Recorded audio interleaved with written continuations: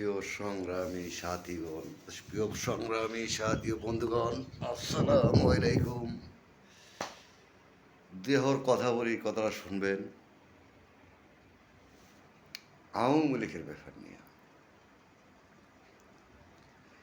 সাবেক প্রধানমন্ত্রী যখন শেখ হাসিনা ছিলেন, থাকাকালীন 24-এ নির্বাচন দিছে।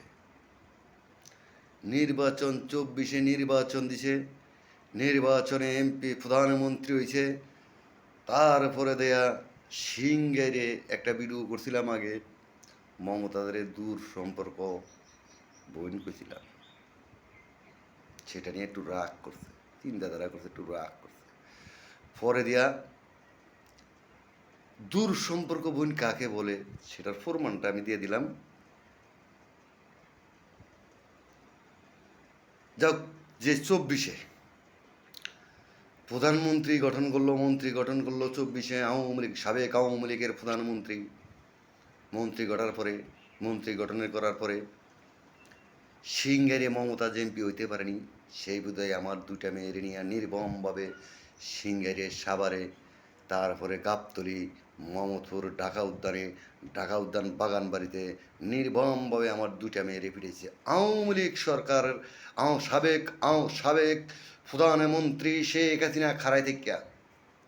প্রশাসন দিয়ে নিয়ে পিটিয়েছে, আর্মি দিয়ে নিয়ে, কখনো আর্মি দিয়ে নিয়ে পিটিয়েছে, কখনো র্যাব দিয়ে নিয়ে পিটিয়েছে, কখনো পুলিশ দিয়ে নিয়ে পিটিয়েছে।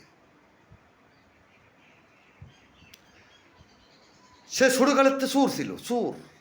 মমতাজ বেগম ছোটকালের থেকে চোর ছিল।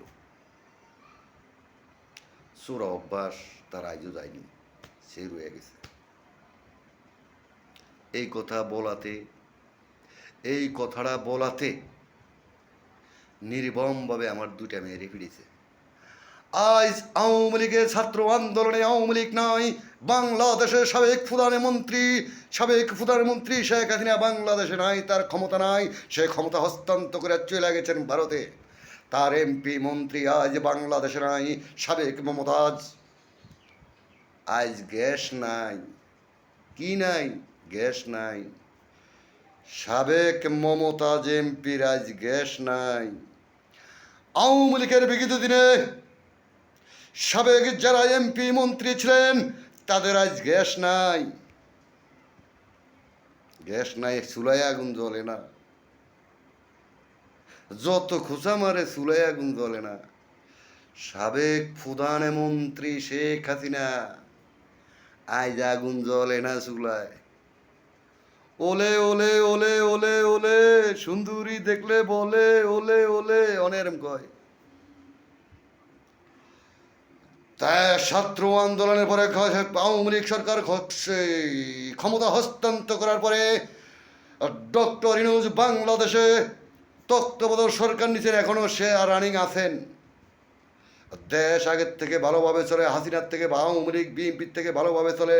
সাবেক প্রধানমন্ত্রী হাসিনার থেকে ডক্টর ইউনূস, দেশ আজ ভালোভাবে চলে। আজ আবার দেশ উন্নতির দিকে, বাংলাদেশ উন্নতির দিকে যাইতে আছে।